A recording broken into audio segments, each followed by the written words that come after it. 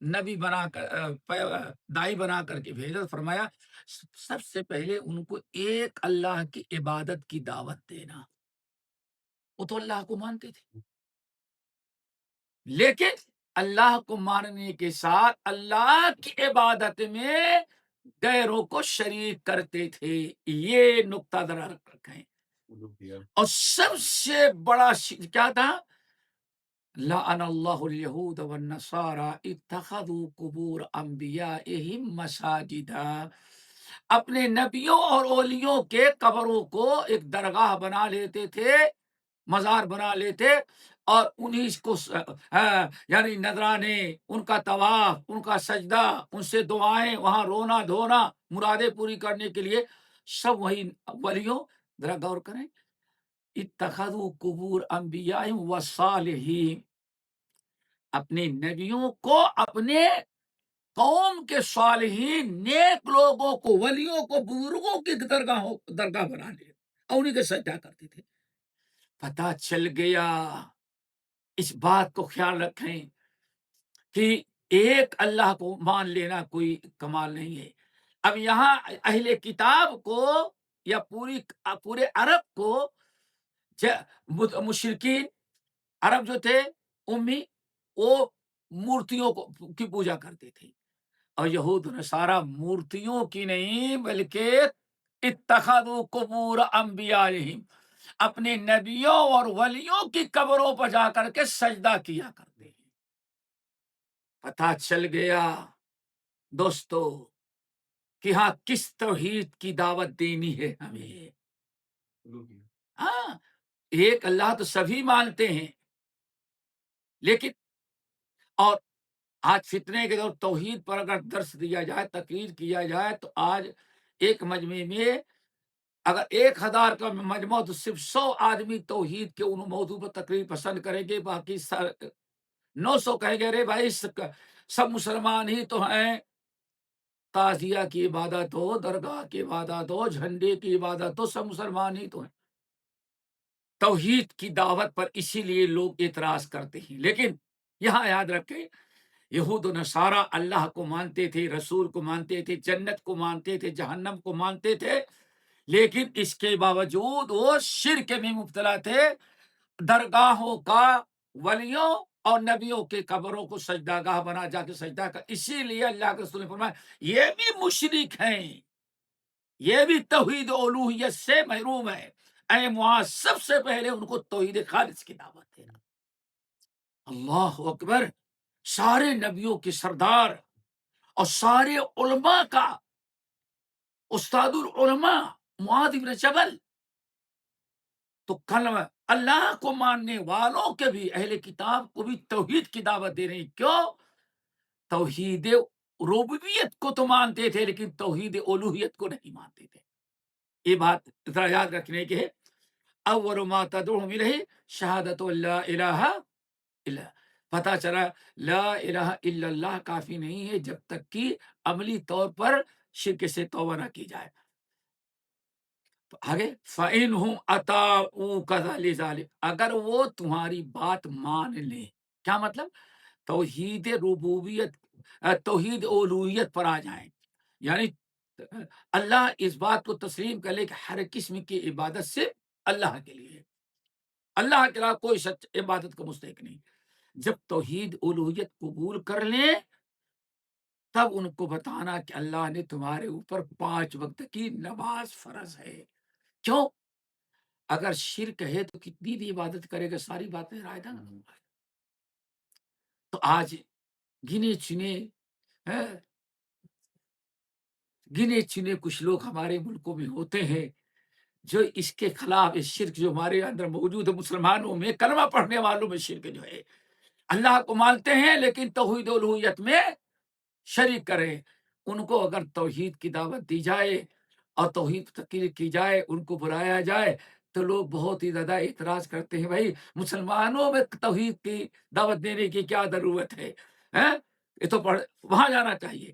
اللہ اکبر، لیکن پتہ چل گیا ایک ہندو، ایک مشرک، بت پرست کو بھی توحید کی دعوت دے، عبادت کر رہا ہے، کلمہ نہیں پڑھتا، مشرک ہے، بت کی پوجا کر رہا ہے، جیسے اس کو توحید کی ضرورت ہے، ایسے ہی اللہ رسول نے فرمایا اہل کتاب یہود و نصارہ جن کے ہاں بت پرستی نہیں ہے، شخصیت پرستی ہے، قبر اور انبیاء اور ولیوں کی کی قبر بنا کے اس پر سجدہ کرتے ہیں، ان کو بھی اتنے ہی زیادہ توحید کی ضرورت ہے، دونوں اسلامی نقطۂ نظر سے مشرک ہیں۔ تو آج ضرورت ہے اس چیز کو سمجھنے کی، اللہ رسول نے فرمایا جب یہ توحید قبول کر لے پھر ان کو حکم دینا کہ 5 وقت کی نماز فرض ہے، فی کل یوم، پھر نماز پڑھنے لگے تو ان کو بتانا کہ ہاں تمہارے اوپر زکوٰۃ فرض ہے، مالداروں سے لی جائے گی اور تمہارے غریبوں پر تقسیم کی جائے گی، اگر اس کو بھی مان لے تو فَإِيَّاكَ کا زکوٰۃ بھی دینے لگے تو زکوٰۃ لینا تو چن چن کر کے اچھے اچھے مال نہیں لینا، ہاں، اور نہ بالکل کمزور لینا، بلکہ متوسط درجے کے لینا، سب سے اچھے اچھے چن لو، اس بیچارے کا نقصان، اور اچھے اچھے چھوڑ کر کے سب سے بیکار تھٹ کے رات کے لو تو غریبوں کو نقصان، اس لیے متوسط درجے کا مال یعنی وہ جو ہوتا ہے اناج جانور کی اور اللہ متوسط درجے کا جو مال ہوتا ہے اسی سے زکوٰۃ لینا۔ پھر آپ نے فرمایا اے معاذ ذرا ایک نصیحت یاد رکھنا، اتقی دعوت المظلوم، معاذ جا رہے ہو، پتہ نہیں کتنے قسم کی لوگوں سے ملاقات ہو، کیا کیا معاملات ہو، تم فیصلہ کرو گے، ایک کو اچھا لگے گا دوسرے کو برا لگے گا،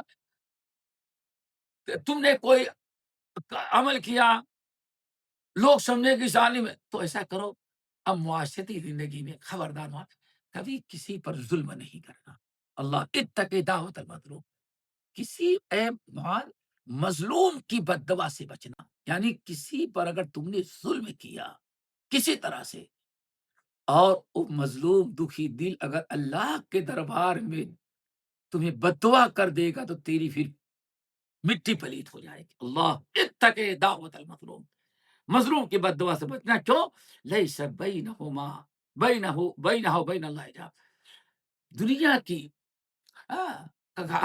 ہر انسان جب دعا کرتا ہے تو اوپر سے قبولیت آتی ہے اس کے لیے، اس کی جاتی کہاں جاتی ہے، بندہ دعا کرتا ہے فرشتے لے کے جاتے پہنچاتے ہیں، لیکن مظلوم جب دعا کرتا ہے تو اللہ تعالیٰ کی قبولیت کا درجہ خود اس کے پاس چل کر کے آ جاتا ہے، بطر سزا ہے مظلومہ کہ ہنگامے دعا کر در، اللہ اکبر، مظلوم کی بد دعا سے بچنا، اس حدیث کو بخاری مسلم میں روایت کیا ہے، دعا کرے اللہ تعالیٰ اس حدیث کے مطابق ہمیں توحید کی دعوت دینے والا بنائے۔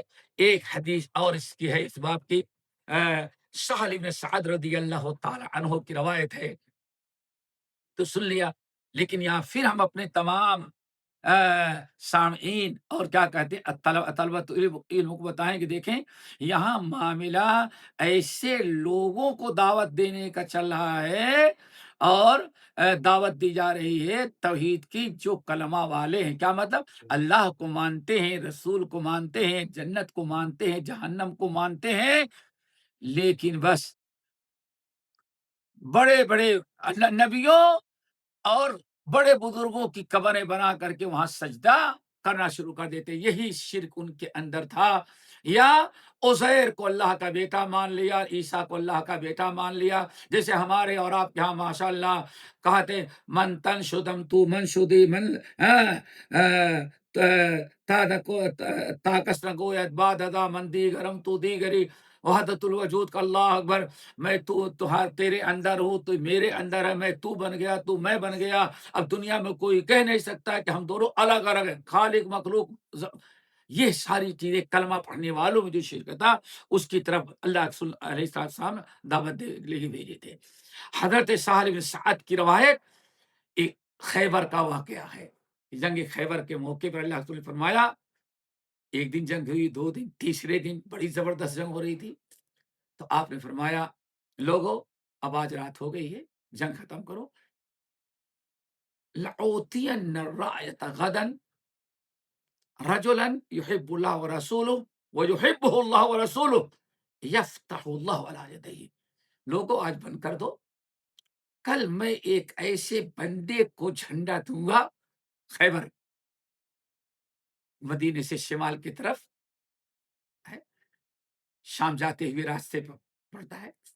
آپ نے فرمایا لوگوں کل انشاءاللہ صبح ہم ایک ایسے مرد مومن کو جھنڈا دیں گے جو اللہ سے محبت کرتا ہے، اللہ بھی اس سے محبت کرتی ہے، اور کل اسی کے ہاتھوں یہ خیبر فتح ہوگا۔ سب لوگ گئے، بات ناصر رکون لے لیتا ہوں۔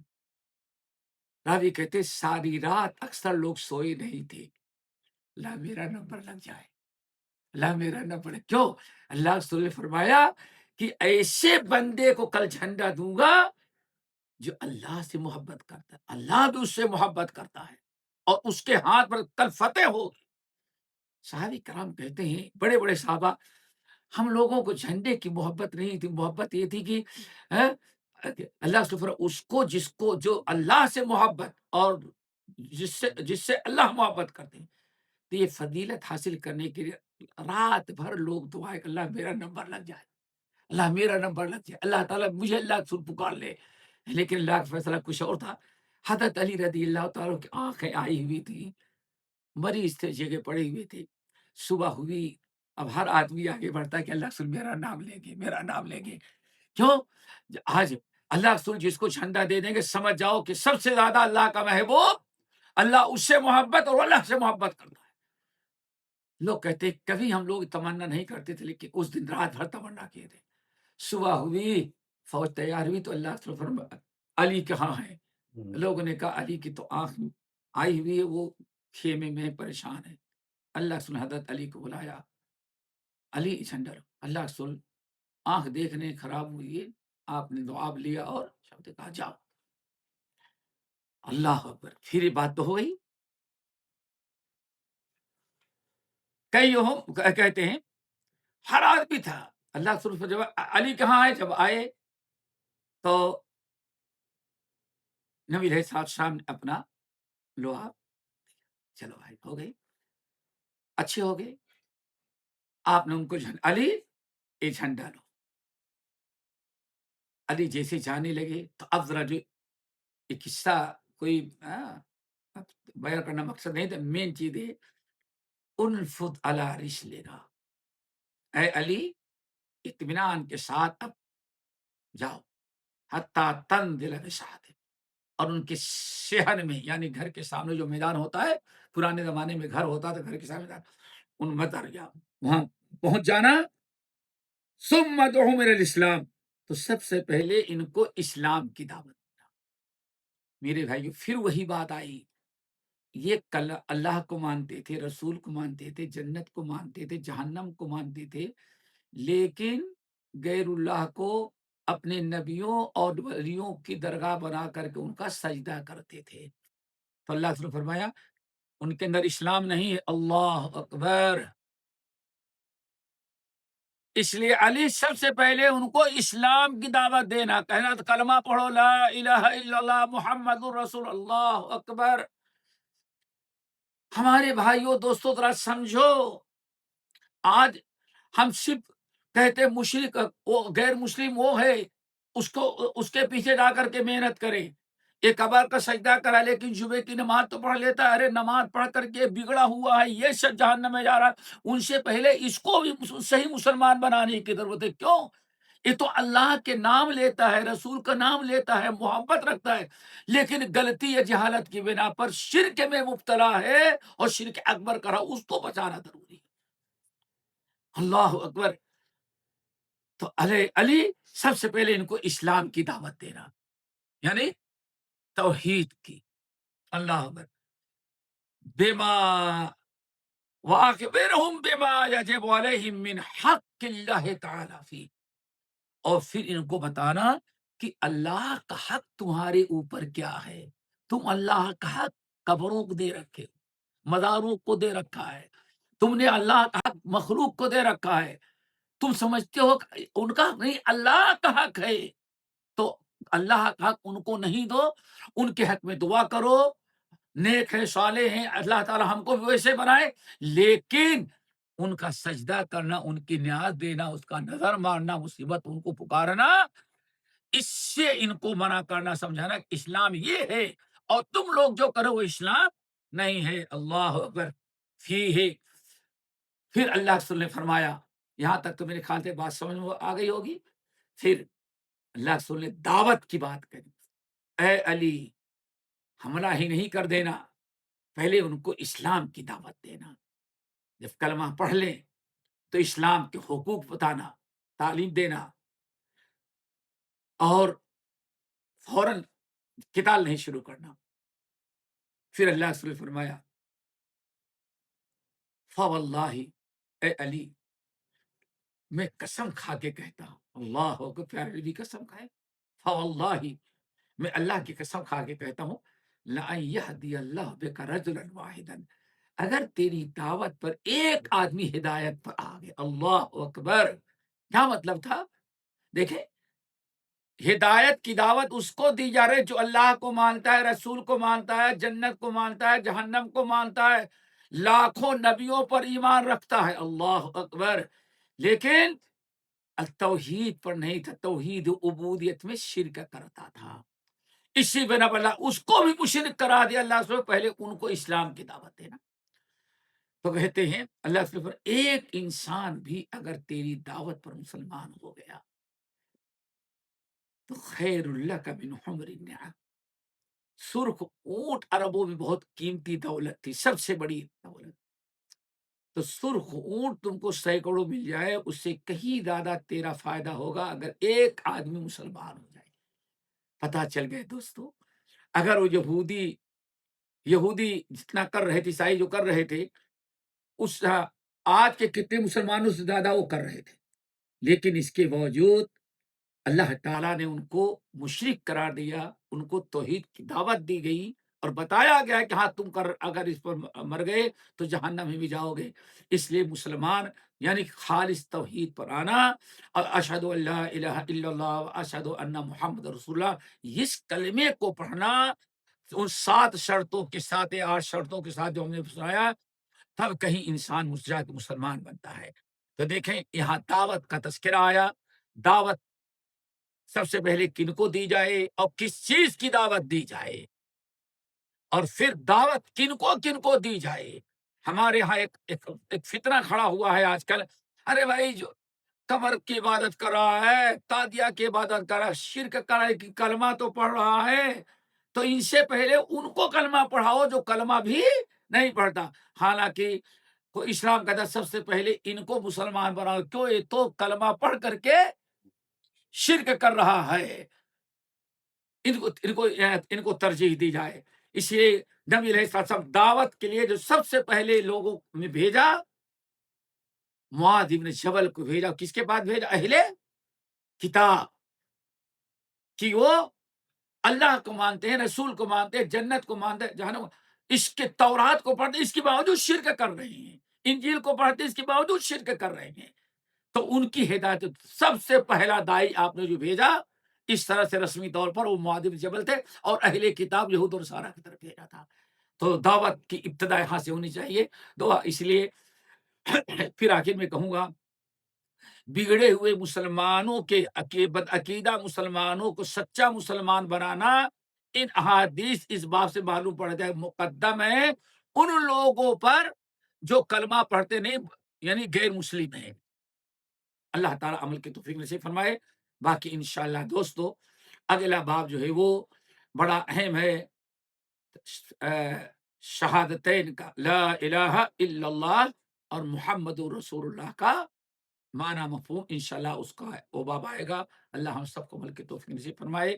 اقول قولی ھذا واستغفر اللہ من کل ذنب واتوب الیہ۔